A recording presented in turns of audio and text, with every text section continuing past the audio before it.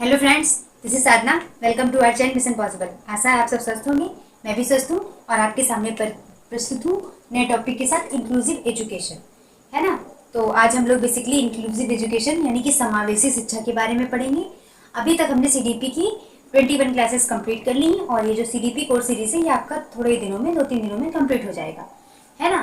तो बेसिकली जो आपका ये टॉपिक है इंक्लूसिव एजुकेशन, जिसे हिंदी में कहते हैं समावेशी शिक्षा, समावेशी शिक्षा, है ना। एग्जाम में इससे 5 अंक तक के प्रश्न पूछे जाते हैं। 5 अंक निर्धारित है, आप सिलेबस में भी देख सकते हैं। 5, है ना। ऐसे मत समझिए इसे, ये 5 है ना। 5 अंक के प्रश्न इस टॉपिक से पूछे जाते हैं, है ना। तो चलिए हम लोग जानते हैं समावेशी शिक्षा है क्या, है ना, इसकी आवश्यकता क्यों है और इसके क्या क्या लाभ हैं, है ना। इनके बारे में हम लोग आज डिस्कस करेंगे। तो चलिए आगे बढ़ते हैं। सबसे पहले जानेंगे समावेशी शिक्षा है क्या। समावेशन मीन्स इंक्लूजन। इंक्लूजन का मतलब है सबको साथ में लेना, है ना। किसी भी बच्चे को हम उसके बैकग्राउंड के हिसाब से, इकोनॉमिक स्टेटस के हिसाब से या कल्चर के हिसाब से, लैंग्वेज के हिसाब से किसी को भी हमें पीछे नहीं छोड़ना है ना। सबको साथ लेके चलना है। यानी कि इंक्लूजन का, इंक्लूसिव एजुकेशन का मतलब है सबके लिए शिक्षा, है ना। मतलब हमें क्या करना है, जो शिक्षा प्रोवाइड करानी है वो सभी बच्चों को शिक्षा प्रोवाइड करानी है। एक अगर हम सिंपल सी डेफिनेशन में बोल सके तो हम कह सकते हैं कि इन अ क्लासरूम, मतलब एक क्लासरूम में, एक स्कूल में सारे बच्चे पढ़ेंगे, है ना। पहले हम लोग क्या करते थे, जैसे विशेष बच्चे हैं, है ना, इस विशेष बच्चे, स्पेशल बच्चे, इनके लिए हमने अलग स्कूल बना दिया, है ना। नॉर्मल बच्चे हैं, इनके लिए हमने अलग स्कूल बना दिया। तो हम क्या कर देते थे, कहीं ना कहीं इनको अलगाव कर देते थे, है ना, अलग कर देते थे।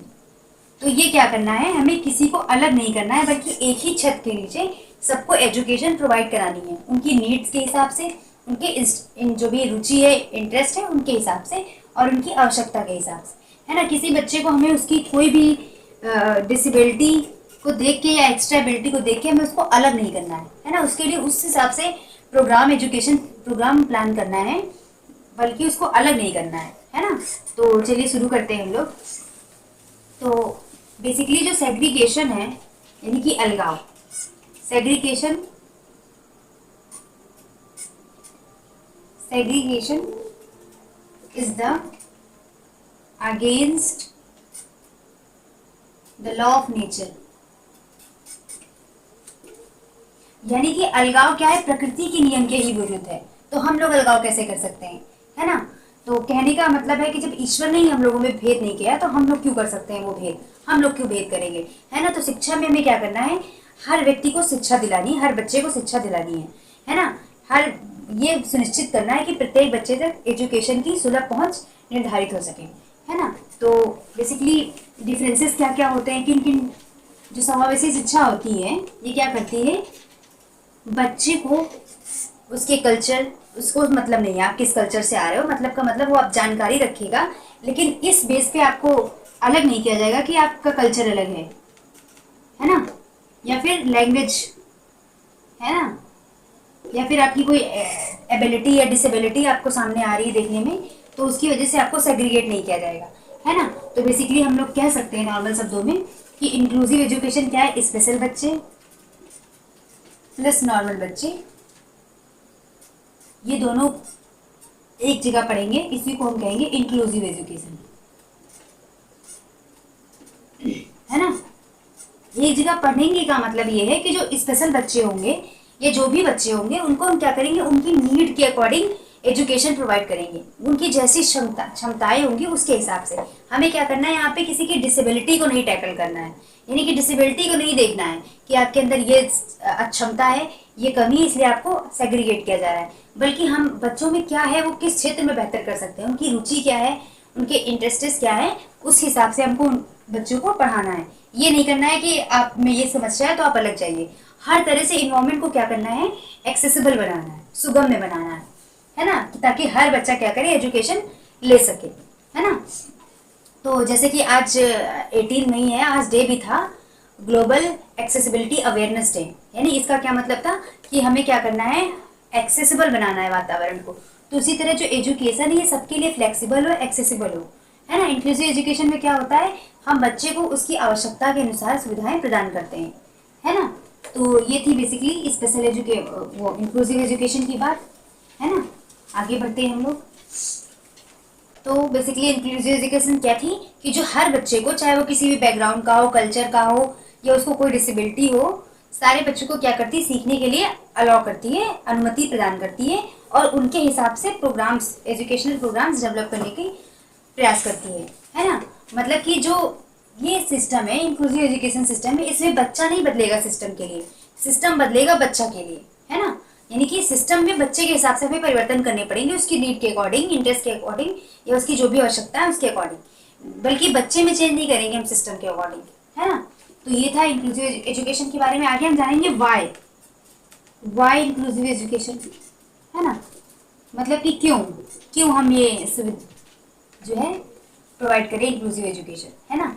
ये जो आपका जो भी डिस्कशन हो रहा है यहाँ पे बहुत ही ऑथेंटिक सोर्स से है। बात करेंगे वाई इंक्लूसिव एजुकेशन, यानी कि इंक्लूसिव एजुकेशन हम क्यों प्रोवाइड करें। तो क्यों प्रोवाइड करेंगे हम लोग इंक्लूसिव एजुकेशन। सबसे पहले एजुकेशनल, अगर एजुकेशनल टर्म में बात कर लें, है ना, एजुकेशनल टर्म में अगर हम बात कर लें तो इंक्लूसिव एजुकेशन क्या करेगा। एजुकेशनल टर्म में यहाँ पे क्या हो पाएगी, जब हम इंक्लूसिव एजुकेशन लागू करेंगे, इम्प्लीमेंट करेंगे, तो कोई भी बच्चा हमारा क्या करेगा, शिक्षा से वंचित नहीं रहेगा, है ना। क्योंकि हम क्या कर रहे हैं यहाँ पे, सारे बैकग्राउंड के बच्चों को एक्सेप्ट कर रहे हैं, डिसेबिलिटी से जो भी बच्चे हैं ग्रसित, उनको भी हम एक्सेप्ट कर रहे हैं, है ना। जो दिव्यांग बच्चे हैं उनको भी हम एक्सेप्ट कर रहे हैं, जो गिफ्टेड बच्चे हैं उनको भी हम एक्सेप्ट कर रहे हैं। तो यहाँ पे बेसिकली क्या है, सारे बच्चे हैं, नॉर्मल हैं, स्पेशल हैं, गिफ्टेड हैं, है ना। गिफ्टेड और स्पेशल एक ही में आ जाते हैं, है ना। तो बेसिकली एजुकेशन टर्म में मतलब जो शिक्षा होगी और इफेक्टिव बनेगी और प्रभावकारी बनेगी, है ना। सारे बच्चे एक दूसरे से सीखेंगे, हम सब एक छत के नीचे होंगे। ऐसा नहीं है कि किसी भी वजह से, कोई भी रीजन, इकोनॉमिक स्टेटस है या कल्चर बैरियर से, कोई भी बैरियर्स क्या करेगा, शिक्षा में बाधा नहीं बनेगा। तो एजुकेशनल टर्म की बात हो गई है। और अगर हम बात करें तो यहाँ पे कॉस्ट इफेक्टिव हो जाएगी, है ना, कॉस्ट इफेक्टिव। अब कॉस्ट इफेक्टिव कैसे होगी, कॉस्ट इफेक्टिव इस तरह से होगी, दिख रहा होगा आई होप आप लोगों को, कॉस्ट इफेक्टिव, है ना। तो कॉस्ट इफेक्टिव इसलिए होगी क्योंकि जब हम सारे बच्चों को क्या करेंगे, सीखने का राइट देंगे या शिक्षा प्रोवाइड करेंगे, तो क्या करेंगे, हमें पता है कि अब अलग अलग बैकग्राउंड से बच्चे आए हैं, किसी का इकोनॉमिक स्टेटस अच्छा है, किसी का नहीं अच्छा है, तो उस हिसाब से हम क्या करेंगे, एक मानक निर्धारित कर देंगे कि किसी को भी प्रॉब्लम ना हो, है ना। यानी कि एजुकेशन इतनी कॉस्टली ना हो, इतनी महंगी ना हो कि लोग उसे ग्रहण ना कर सके, उसे लेने के लिए पीछे हट जाए, है ना। तो यहाँ पे कॉस्ट इफेक्टिव भी हो जाएगी, है ना, कि किसी भी तरह की बाधा, पैसे से संबंधित या आर्थिक रूप से जो बाधाएं होती है वो बच्चे की शिक्षा के लिए बैरियर ना बने, है ना। तो ये हो गई कॉस्ट इफेक्टिव। और क्या होगा, हम क्या करेंगे, सोसाइटी को इंक्लूसिव बना पाएंगे, जो सोसाइटी है इसको इंक्लूसिव बना पाएंगे, है ना। जब हम विद्यालय में इंक्लूजन का पालन करेंगे, है ना, जब स्कूल में क्या करती है, शिक्षा हमारा समाज निर्मित करती है ना। अच्छी शिक्षा अच्छे समाज का घोतक है ना।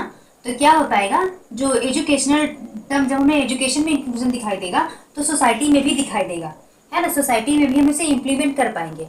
जब हम शिक्षा में उसको महत्वता देंगे इंक्लूजन को, तो सोसाइटी में भी वो हमें देखने को मिलेगा। जो समाज है वो भी क्या हो पाएगी, समावेशित हो पाएगी और प्रत्येक व्यक्ति का सम्मान करेगी, है ना। चाहे वो किसी भी बैकग्राउंड से हो, किसी भी कल्चर से हो, वॉट एवर इट इज, है ना। ये स्पेशल हो या गिफ्टेड हो, कोई भी हो, है ना। तो ये था कि क्यों है इंपॉर्टेंट इंक्लूसिव एजुकेशन। ठीक है, अब हम लोग आगे बढ़ते हैं। आगे जानेंगे कि बेसिकली इसके बेनिफिट, मतलब इंक्लूसिव एजुकेशन जो है इसके प्रिंसिपल क्या क्या है ना, इसके क्या क्या सिद्धांत हैं, किन किन सिद्धांतों पे ये बात करती है ना। तो चलिए आगे बढ़ते हैं इसी के साथ। इंक्लूसिव एजुकेशन मतलब क्यों इंपॉर्टेंट है ये इंक्लूसिव एजुकेशन, है ना। आगे हम लोग बढ़ते हैं, इसके प्रिंसिपल के बारे में जान लेते हैं कि क्या क्या सिद्धांत है। कोई भी चीज होती है तो वो उद्देश्यपूर्ण होती है और कुछ ना कुछ इसके प्रिंसिपल होते हैं, है ना। तो चलिए जान लेते हैं हम लोग इनके प्रिंसिपल के बारे में, इंक्लूसिव एजुकेशन के।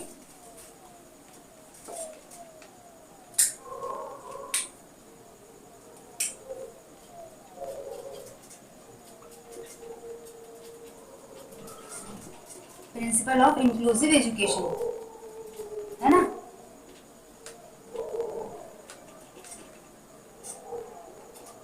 यानी कि समावेशी शिक्षा के सिद्धांत, हिंदी में भी लिख देते हैं,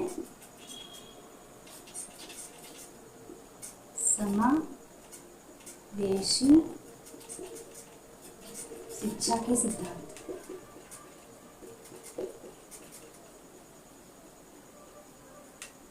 तो बेसिकली इसके जो 7 प्रिंसिपल हैं इंपॉर्टेंट जो है आपके लिए, वो इसके 7 प्रिंसिपल इंपॉर्टेंट है ना। तो सबसे पहला है इसमें नॉन डिस्क्रिमिनेशन, है ना, नॉन डिस्क्रिमिनेशन।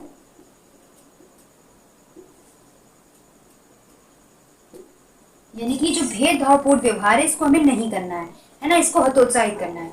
नॉन डिस्क्रिमिनेशन का मतलब है कि हमें क्या करना है, किसी भी बच्चे के साथ उसके कल्चर के हिसाब से या बैकग्राउंड के बेस पे, है ना, या उसकी डिसेबिलिटी एबिलिटी के बेस पे, है ना, हमें क्या करना है, उसको सेग्रीगेट नहीं करना है, उसका डिस्क्रिमिनेशन नहीं करना है उसमें जेंडर के हिसाब से, है ना। बहुत सारे रीजंस हो सकते हैं जो भी, जैसे जेंडर है, आपका इंडिविजुअल डिफरेंसेस है ना, इकोनॉमिक स्टेटस है, और आपका कल्चर है, लैंग्वेज है ना, इसके हिसाब से हम क्या कर सकते हैं, उसका डिस्क्रिमिनेशन नहीं करना है हमें, है ना, उसको सेग्रीगेट नहीं करना है, उसको अलग नहीं करना है, उसमें भेदभाव नहीं करना है। आप टीचर है, आपको सबको क्या करना है कि एक नज़र से देखना है। एक नज़र से देखने का मतलब है कि सब आपकी नज़र में समान होने चाहिए, है ना, ठीक है।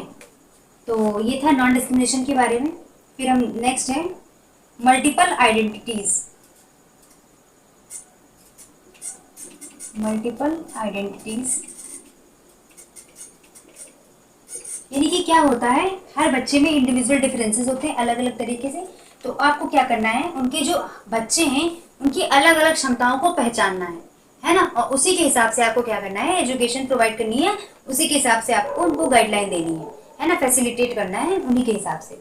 मल्टीपल आइडेंटिटी यानी कि आइडेंटिटीज, है ना, आइडेंटिटीज, है ना, मल्टीपल आइडेंटिटीज हो सकती हैं, अलग अलग बच्चे हैं, अलग अलग उनमें योग्यताएं होंगी, अलग अलग क्षमताएं होंगी, है ना। तो हमें क्या करना है, उनकी अलग अलग क्षमताओं योग्यताओं को देखना है, उनको असिस करना है, उनको जानना है ना। फिर और क्या हो सकता है आपका, प्रिवेंटिंग प्रिड्यूजियस,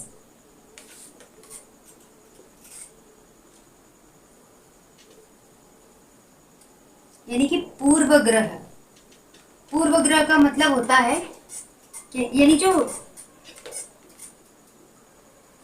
पूर्व ग्रह से बचना है एक टीचर को, है ना। यानी कि टीचर बहुत मतलब क्या करता है, कास्ट के बेस पे या फिर बैकग्राउंड के बेस पे, अलग अलग आधार पे क्या होता है, टीचर के अंदर पूर्व ग्रह होते हैं, है ना। यानी कि पूर्व धारणा बना लेते हैं वो बच्चे के बारे में, ये तो कुछ सीख ही नहीं सकता, है ना, लेबलिंग कर देते हैं, कहीं ना कहीं श्रेणीबद्ध कर देते हैं, है ना, कि ये बच्चा नहीं सीख सकता है, तुम तो कभी कुछ कर ही नहीं पाओगे, है ना।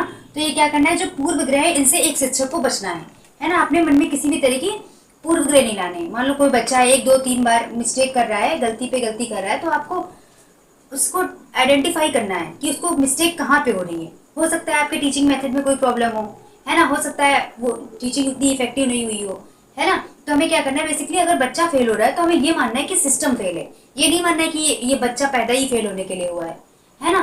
तो यहाँ पे क्या करना है, जो पूर्व ग्रह हैं इनको मिटाना है, यानी कि ये माइंड में नहीं रखने हैं। एक जो मतलब कि कास्ट के हिसाब से या और भी जो बेसिस हैं उनके हिसाब से हमें क्या करना है, मन में पूर्व ग्रह को नहीं रखना है। जो पुरानी अवधारणाएं होती हैं या एक तरीके से स्टीरियोटाइपिंग भी कह सकते हैं, है ना, उसको मन में नहीं रखना है। जैसे कि कह देते हैं हम लोग की लड़की है तो मैथ नहीं आती होगी इसे, है ना, या लड़का है तो उसकी मैथ ज़्यादा अच्छी होगी, है ना, या तुम खेलने नहीं जा सकती, तुम घर का काम नहीं कर सकते। इस तरह के जो पूर्वाग्रह हैं एजुकेशन सिस्टम में ये नहीं लाने हैं हमें, है ना। हमें सबको क्या करना है, समान समझना है, इक्विटी और इक्वालिटी दोनों का ध्यान रखना है, ठीक है। इक्विटी और इक्वालिटी दोनों का ध्यान रखना है ना। इक्विटी मीन्स सबको समान, यहाँ पे इक्वालिटी मीन्स सबको समान समझना है, और इक्विटी का मतलब है कि जिसकी जो ज़रूरत है उसको वो प्रोवाइड भी करनी है हमें, है ना। तो ये प्रिवेंटिंग जो पूर्व ग्रह हैं उनसे हमें बचना है, ठीक है। और क्या करना है, सोशल जस्टिस को प्रमोट करना है, promoting social justice. Social justice का मतलब है सामाजिक न्याय, है ना। जो सामाजिक न्याय है, एक दूसरे में सौहार्द बना रहे, है ना, इसको हमें क्या करना है, प्रमोट करना है, ठीक है। आगे जान लेते हैं, 1 2 3 4, ये 4 हो गया, ठीक है। अब रफ करना पड़ेगा क्योंकि स्पेस की कमी है ना। इतना तो समझ में आया होगा आप लोगों को। आगे बढ़ते हैं हम लोग, है ना।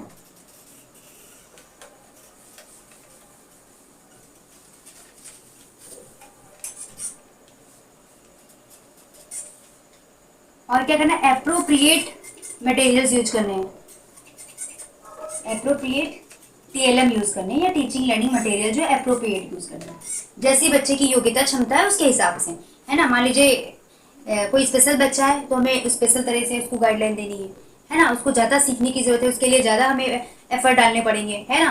या कोई गिफ्टेड बच्चा है तो उसके लिए हमें एनरिच्ड करिकुलम का निर्माण करना पड़ेगा, समृद्ध पाठ्यक्रम का, उसके लिए थोड़ा हायर लेवल की चीज़ें हमें डेवलप करनी पड़ेगी, है ना। नॉर्मल बच्चे हैं तो उनके लिए अलग तरीके से मटेरियल हमको डेवलप करना पड़ेगा, है ना।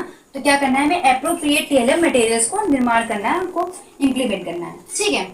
फिर नेक्स्ट क्या है, जो हमें कल्चर और रिलीजन्स हैं इनके बारे में भी बच्चों को बताना है। कल्चर प्लस रिलीजन्स, है ना। जो डाइवर्सिटी है कल्चरल, जो भी डाइवर्सिटी है, हमें विविधता है उसका सम्मान करना है। और प्रत्येक बच्चे में क्या करना है, विविधता का सम्मान करने के लिए उन्हें अलग अलग तरह के कल्चर रिलीजन्स के बारे में बताना है, जिससे वो एक दूसरे को जान सके, समझ सके, और उनकी जो जिस भी कल्चर की जो विशेषता है, जो अच्छी क्वालिटी है, उसको वो अडॉप्ट कर सकें, है ना। और एक दूसरे का सम्मान भी करें। तो हमें क्या करना है, कल्चर और रिलीजन्स की भी टीचिंग देनी है ना। टीचिंग लर्निंग करानी है बच्चों को, ठीक है।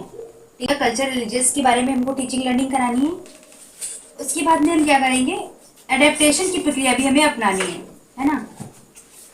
एडेप्टेशन और इंटीग्रेशन की जो प्रक्रिया है वो भी हमें अपनानी है। ये कैसे, मान लीजिए कोई स्पेशल बच्चा है तो हमें उसके हिसाब से क्या करना है, जो हमारा वातावरण है उसमें एडेप्टेशन करना है, उसको एक्सेसिबल बनाना है, या फिर पढ़ाई से रिलेटेड जो भी चीज़ है उनको एक्सेसिबल बनाना है। मान लीजिए जैसे कोई ब्लाइंड बच्चा है तो उसके लिए हमें क्या करना है, कोर करिकुलम भी बनाना है ना। कोर करिकुलम मतलब क्या होता है, जैसे ब्लाइंड बच्चा है तो एक हम लोग हैं नॉर्मल बच्चे, तो हमें क्या करना है, हमें मोबिलिटी ट्रेनिंग वगैरह की जरूरत नहीं पड़ती है। लेकिन जो ब्लाइंड बच्चा है उसको वातावरण में चलने, ओरिएंटेशन वगैरह में भी प्रॉब्लम होगी, है ना। तो हमें क्या करना है, उसके लिए कोर करिकुलम का डेवलपमेंट करना है, जिससे उसका ओरिएंटेशन हो, जो एडियल एक्टिविटीज़ है वो भी उसकी सुचारू रूप से चले। तो हमें क्या करना है, एडेप्टेशन का मतलब यहाँ पे जो जिसकी जैसी आवश्यकता है उसके हिसाब से हमें अनुकूलन स्थापित करना है, वातावरण में भी, टेक्स्ट बुक में भी, और जितनी भी चीज़ें हैं सिस्टम में उनसे रिलेटेड वस्तुओं में क्या करना है, एडेप्टेशन रिक्वायर करना है ना। जैसे कि मान लीजिए बिल्डिंग है तो उसमें रैंप होनी चाहिए, है ना, व्हील चेयर जाने के लिए रैंप होनी चाहिए, है ना। इस तरीके से क्या कर सकते हैं हम लोग यहाँ पे एडेप्टेशन कर सकते हैं, ठीक है। तो ये थे बेसिकली प्रिंसिपल इंक्लूसिव एजुकेशन के। आई होप इतनी समझ में आया होंगी आप लोगों को। सिंपल है, कोई दिक्कत की बात नहीं है। चलिए आगे बढ़ते हैं, नेक्स्ट पे चलते हैं कि टीचर को क्या क्या करना चाहिए, है ना। इंक्लूसिव एजुकेशन प्रमोट करने के लिए टीचर क्या क्या कर सकता है, आपका रोल क्या होगा, है ना। आप पढ़ रहे हैं इसे तो कुछ ना कुछ ये आपके लिए काम का है ना। तो आपका रोल क्या होगा बेसिकली, ये भी आपको जानना चाहिए, है ना। तो हम लोग जानेंगे टीचर क्या करेगा। टीचर क्या करेगा, है ना। इंक्लूसिव एजुकेशन के लिए टीचर क्या करेगा, है ना। तो टीचर को क्या करना है, सबसे पहली बात तो भेदभाव नहीं करना है ना। नॉन डिस्क्रिमिनेशन वाला थॉट अपने मन में रखना है, ठीक है। यानी कि किसी बच्चे को कमजोर नहीं समझना है या कमतर नहीं आंकना है, ठीक है।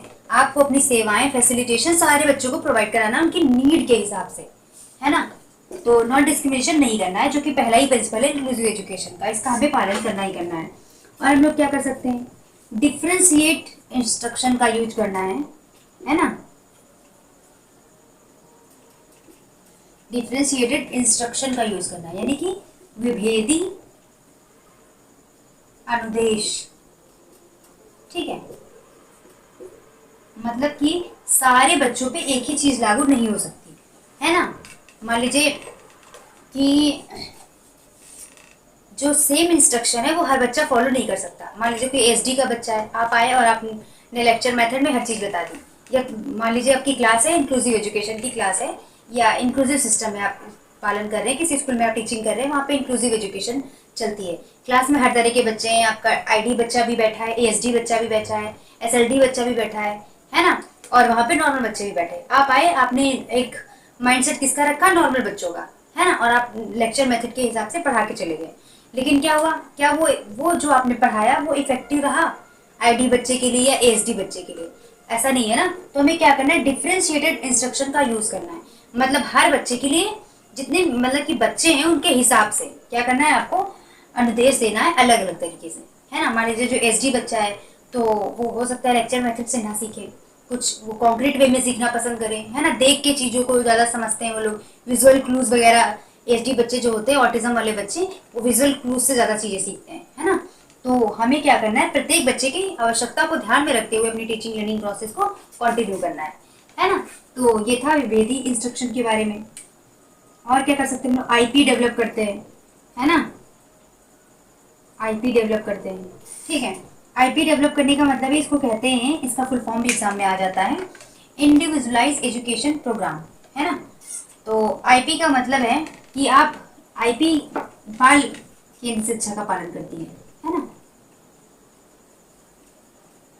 और आपको भी वही करना है, बच्चों के हिसाब से आपको अपने प्लान्स तैयार करने हैं, लेसन प्लान वॉट जो भी है, बच्चों के हिसाब से आपको अपनी टीचिंग लर्निंग मेथड को तैयार करना है ना। ये नहीं कि आप आए आप अपने हिसाब से पढ़ा के चले गए, है ना। तो आईपी प्लान करेंगे कि बच्चों को, जो बच्चे हैं जो मतलब उनको इंडिविजुअली हम क्या करेंगे, ट्रेन करेंगे। मान लीजिए कहीं बच्चों को प्रॉब्लम आ रही है, बच्चे अलग अलग तरह के बच्चे हैं एक क्लास में, है ना, डाइवर्सिटी है आपके क्लास में, तो अब क्या करेंगे, जो बच्चे थोड़ा स्लो सीखते हैं, स्लो लर्नर हैं, तो उनको क्लास में तो इंस्ट्रक्शन प्रोवाइड ही करेंगे, बाकी उनके लिए आईपी बनाएंगे, उनको कहाँ कहाँ पे प्रॉब्लम्स आ रही हैं उससे रिलेटेड, है ना। तो उनको इंडिविजुअलाइज एजुकेशन प्रोग्राम मतलब कि आईपी के थ्रू हम उनको पढ़ाएंगे, है ना। तो ये हो गया आपका आईपी के बारे में। ये स्पेशल बच्चों पे ज़्यादा यूज़ की जाती है आईपी, है ना, स्पेशल स्टूडेंट जो होते हैं। बाकी तो बाल केंद्रित शिक्षा है, आप सबकी आईपी बना सकते हैं, है ना। तो ये आईपी की बात हुई। और क्या कर सकते हैं हम लोग, जो टीचिंग लर्निंग मटेरियल है वो सारे बच्चों के अप्रोप्रिएट होना चाहिए, है ना। और यूडीएल, यूडीएल का यूज़ करेंगे। यूडीएल मतलब यूनिवर्सल डिज़ाइन ऑफ लर्निंग, है ना। मतलब कि प्रत्येक सेम वही चीज़ है, प्रत्येक बच्चे को उसकी आवश्यकता के अनुसार हमको सुविधाएं प्रोवाइड करनी है, फैसिलिटेशन देना है ना। मान लीजिए दो बच्चे हैं, वो एक बच्चा इसकी हाइट कम है, ड्वार्फिज्म में आता है ये, है ना, जिसकी हाइट कम होती है, ये भी दिव्यांगता है, और एक है बहुत लंबा।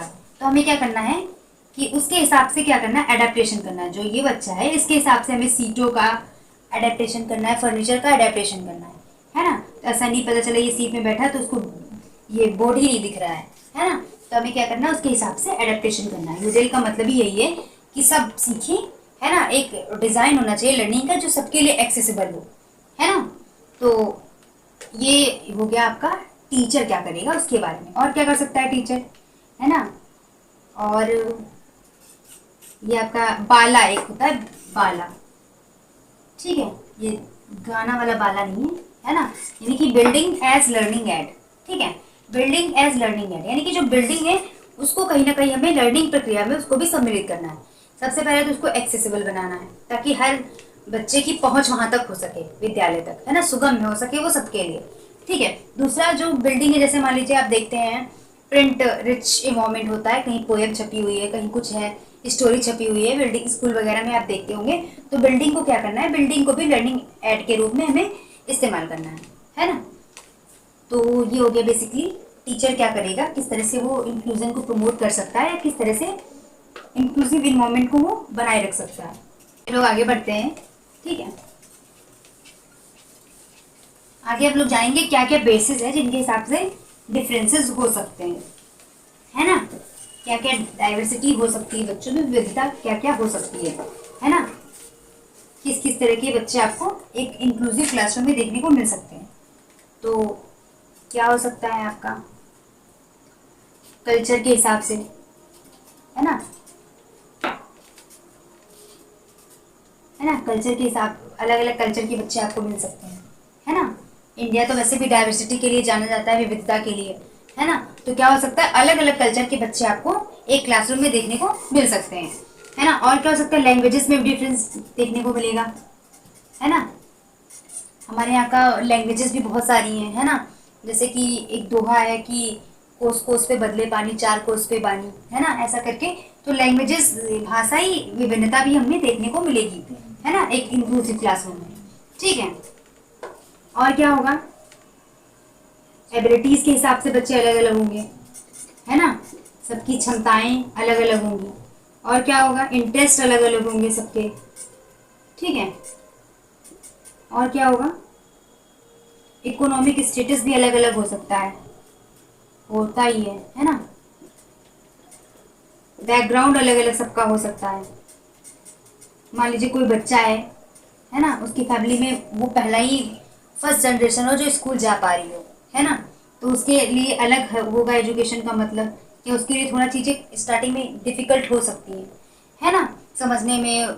हो सकता है उसको घर में सपोर्ट ना मिल पा रहा हो उतना, है ना, तो उसके लिए अलग चीज़ें हो सकती है। तो अलग अलग सबका बैकग्राउंड भी हो सकता है ना। तो इस तरह से बच्चे स्पेशल हो सकते हैं, गिफ्टेड हो सकते हैं, है ना, नॉर्मल हो सकते हैं। तो हमें क्या करना है बेसिकली, ये जितनी भी डाइवर्सिटीज है, विविधता है, इन सबका हमें सम्मान करना है ना। किसी के भी लिए हमें दिमाग में पूर्वाग्रह नहीं बनाना है।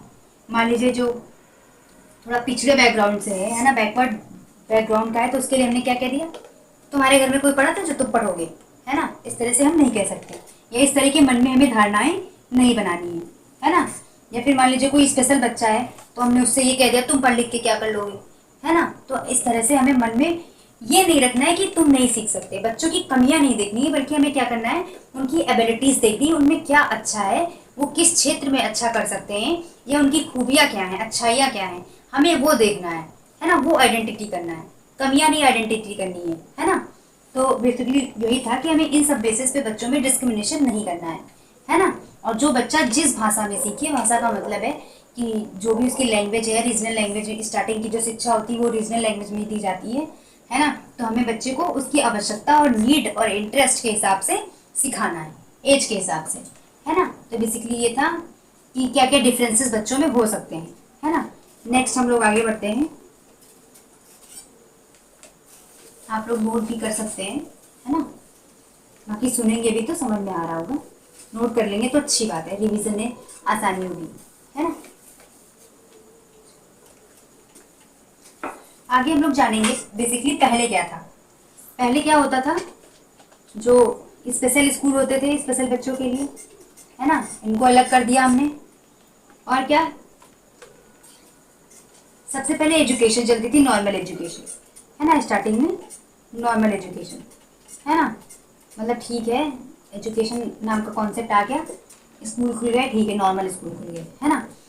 फिर उसके बाद हमने क्या किया, देखा कि जब पहले डिसेबिलिटी को तो कोई महत्व ही नहीं दिया जाता था ना, उनको तो हम एक तरह से किनारे से कर दिए, हम लोगों ने उनको किनारे कर रखा था, साइड में कर रखा था कि ये क्या करेंगे, ये तो कुछ नहीं कर सकते, है ना। तो जो नॉर्मल बच्चे थे बस उन्हीं को एजुकेशन देते थे, प्रोवाइड कराते थे। फिर हमने क्या किया, धीरे धीरे जब थोड़ा सा डेवलप होना शुरू हुआ, अवेयरनेस आना शुरू हुई, तो हमने इनके लिए स्पेशल स्कूल खोल दिए, है ना। स्पेशल स्कूल ओपन किए कि हाँ चलो ठीक है, स्पेशल स्कूल होने चाहिए, इन लोग को भी अलग, चलो इन लोग को अलग तरह की शिक्षा दी जाएगी, क्योंकि ये बहुत मामलों में पिछड़े हुए हैं, है ना, इनमें कोई एबिलिटी नहीं है ना, तो इनको बहुत ज़्यादा ट्रेनिंग की आवश्यकता है। तो इनके लिए हम क्या करते हैं, स्पेशल या विशेष विद्यालय बना देते हैं, ठीक है। फिर क्या हुआ, आया आपका इंटीग्रेशन का, है ना, इंटीग्रेटेड एजुकेशन। जब बहुत हुआ कि हाँ इन्हें अलग नहीं कर सकते एक तरीके से, या अलग करना ठीक नहीं है, तो इंटीग्रेटेड एजुकेशन आ गया आपका। इसमें क्या हुआ, हमने इंटीग्रेटेड जो एजुकेशन थी, इसमें हमने क्या किया, एडमिशन ले लिया, इन लोगों का एडमिशन ले लिया, पर हमने उनके हिसाब से उनको एजुकेशन प्रोवाइड नहीं की जिस हिसाब से वो सीख सकते थे, या उनकी जो नीड थी उसके हिसाब से हम उनको एजुकेशन नहीं दे पाए। बस हमने उनको शामिल कर लिया, एडमिशन ले लिया, बस नाम के लिए कि हाँ इनका भी एडमिशन है यहाँ पे, ठीक है। फिर आपका आया इंक्लूसिव एजुकेशन का कॉन्सेप्ट, है ना, इंक्लूसिव एजुकेशन का कॉन्सेप्ट आया, है ना। इसमें क्या किया हमने, इंक्लूसिव एजुकेशन का जो कॉन्सेप्ट है, इसमें हमने क्या किया कि सारे बच्चों का, चाहे नॉर्मल हो, स्पेशल हो, किसी भी कास्ट से हो, किसी भी धर्म से हो, किसी भी बैकग्राउंड से हो, कल्चर, कोई भी डिफरेंसेस हो, हमने उन सभी डिफरेंसेस को क्या किया, सम्मान दिया, और सबको उनकी नीड इंटरेस्ट के हिसाब से एजुकेशन देने की बात कही, है ना, कि जिस बच्चे को जैसी आवश्यकता है, जिस तरह से वो सीखता है, उसके हिसाब से हमें उसको शिक्षा प्रोवाइड कराई जाएगी, है ना। तो ये इंक्लूसिव एजुकेशन के बारे में था। फिर इसी में यूडीएल यानी कि यूनिवर्सल डिज़ाइन ऑफ लर्निंग को इम्प्लीमेंट करने की बात हुई कि हाँ जो बच्चे हैं, मतलब अभी हो तो नहीं पाया उस तरीके से, लेकिन है कि मतलब जो बच्चे जिनको जैसी आवश्यकता हो। यूडीएल किसकी बात करता है, इक्विटी की बात करता है, है ना, इक्विटी की बात करता है। यानी कि हमें उन्हें सुविधाएं नहीं देनी है सिर्फ, है ना, सुविधाएं का मतलब अवसर तो दे दिया हमने, है ना। जैसे मान लीजिए हमने क्या किया, जो पीडब्ल्यूडी लोग थे, पर्सन विद डिसेबिलिटी, उनको हमने क्या किया, अवसर दे दिया। लेकिन क्या किया, हमने उनको उस तरह से तैयार नहीं किया, ट्रेन नहीं किया, है ना, कि वो उस अवसर का लाभ उठा पाए, है ना। राइट्स तो दे दिए, पर हमने उन्हें बताया ही नहीं कि आपके राइट्स क्या क्या हैं, है ना। तो इक्विटी का मतलब है बेसिकली उन्हें जिस तरह की सुविधा हो वो उपलब्ध कराई जाए, है ना। तो ये बेसिकली बात थी कि कैसे कैसे ये सिस्टम आगे बढ़ा, नॉर्मल एजुकेशन, फिर स्पेशल, फिर इंटीग्रेटेड, फिर inclusive education.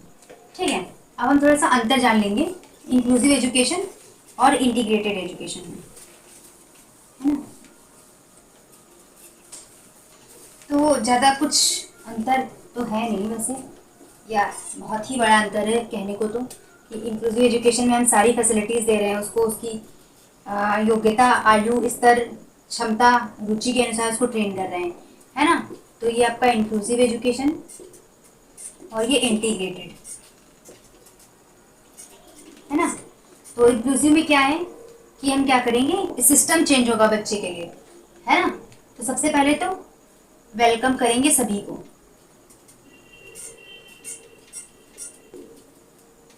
Welcome to all children, है ना। अब ये कौन कौन से चिल्ड्रन है ये आप जान ही चुके हैं, स्पेशल हो, गिफ्टेड हो, किसी भी बैकग्राउंड से हो, कोई क्या भी उनका इकोनॉमिक स्टेटस हो, कल्चर, रिलीजियस कुछ भी हो, है ना। लेकिन हम सबको क्या करेंगे, सबको वेलकम करेंगे और उनके हिसाब से ही क्या करेंगे, जो एजुकेशन है वो डिज़ाइन करेंगे, है ना। उनके हिसाब से शिक्षा प्रोवाइड करेंगे, जैसे उनकी आवश्यकता है, उनकी आवश्यकता के हिसाब से,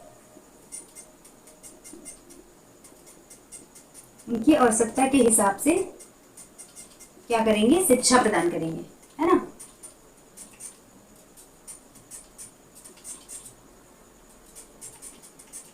और इंटीग्रेटेड में क्या, बस वेलकम करेंगे, है ना।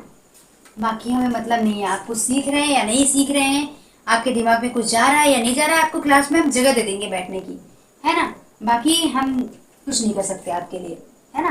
तो हमने क्या किया, बस एडमिशन ले लिया, एक तरीके से एडमिशन ले लिया, है ना, एडमिशन लिया, पर वातावरण या कुछ भी चेंज नहीं किया आपके लिए, एजुकेशन सिस्टम नहीं चेंज किया, कुछ नहीं चेंज किया, ठीक है। तो जो इंक्लूसिव एजुकेशन ये क्या करता है, ये बाल केंद्रित शिक्षा को महत्व देता है ना। जो बाल केंद्रित शिक्षा है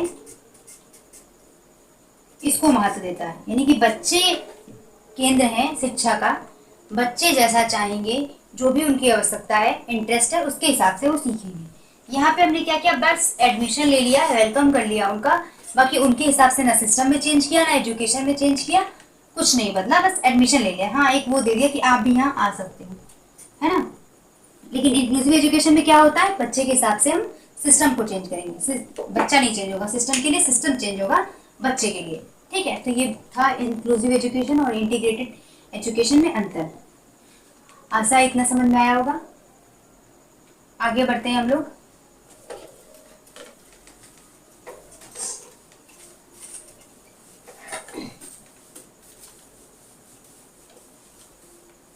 आगे हम जानेंगे किस किस तरह के बच्चे, मतलब वो तो जान ही चुके हैं हम लोग। जैसे मान लीजिए क्या होते हैं, स्पेशल बच्चे होते हैं प्लस नॉर्मल बच्चे होते हैं, ठीक है। स्पेशल में भी क्या होते हैं, दो तरह के बच्चे होते हैं, है ना। एक तो होते हैं आपका गिफ्टेड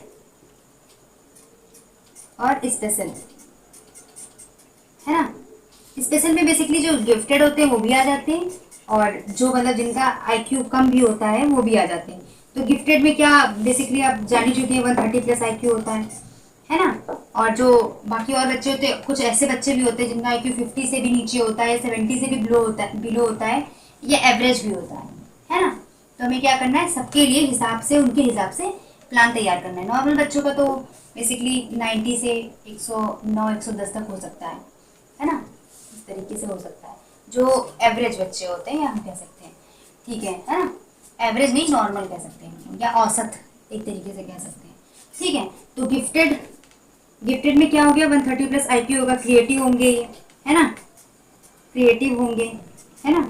हर क्रिएटिव बच्चा गिफ्टेड होगा ये जरूरी नहीं है है ना। लेकिन मतलब कि हर जो क्रिएटिव बच्चा होगा उसका IQ 130 प्लस हो ऐसा ज़रूरी नहीं है ना। लेकिन जो आपका गिफ्टेड बच्चा होगा ये क्रिएटिव होगा, ये ज़रूरी है, ये हर कंपलसरी है।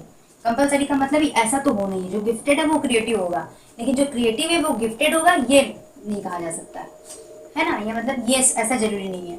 ठीक है, तो हमें क्या करना है, बेसिकली जो गिफ्टेड बच्चे हैं उनके हिसाब से प्रोग्राम तैयार करना है। मतलब मान लीजिए वो उनके लिए एनरिच्ड करिकुलम तैयार करना है ना। मतलब कि समृद्ध पाठ्यक्रम, क्योंकि वो बहुत जल्दी किसी भी एक्टिविटी से बोर हो जाते हैं, जल्दी सीखना पसंद करते हैं, उनकी जो रीजनिंग क्षमता होती है वो काफ़ी तेज होती है। लेकिन जो आपके एवरेज बच्चे हो गए या ये नॉर्मल से जो बिलो के बच्चे हो गए वो क्या करेंगे, उनको हमें थोड़ा स्लो लर्नर होंगे, वो थोड़ा धीरे सीखेंगे, तो उनके लिए हमें उस हिसाब से अपने प्रोग्राम प्लान करने पड़ेंगे, है ना। फिर नॉर्मल बच्चे जो होंगे वो तो नॉर्मल है, उनके लिए तो हम नॉर्मली चीज़ों को हैंडल करेंगे, है ना। तो इन तीनों को हमें क्या करना है, साथ में लेके चलना है। ऐसा प्रोग्राम बनाना है कि जो गिफ्टेड बच्चा है वो बोर ना हो, स्पेशल बच्चे के सर के ऊपर से ना जाए टप्पा खा के, है ना। और जो नॉर्मल बच्चा है उसके लिए उसकी क्षमता से ज़्यादा ना हो जाए, है ना, कि ओवरलोड हो जाए या ओवरलैप कर जाए, है ना, ज़्यादा ना हो जाए। ठीक है, तो हमें सारे बच्चों की जो आवश्यकताएं हैं, नीड है, स्तर है, उनको ध्यान में रख के क्या करना है, एजुकेशनल प्लान डेवलप करने हैं। तो बेसिकली जो इंक्लूसिव एजुकेशन आपका, उसका सिंपल सा मतलब है कि जो है एजुकेशन फॉर ऑल चिल्ड्रन, है ना। जो इंक्लूसिव एजुकेशन है ये क्या करती है, सभी बच्चों को सीखने के लिए अलाउ करती है ना।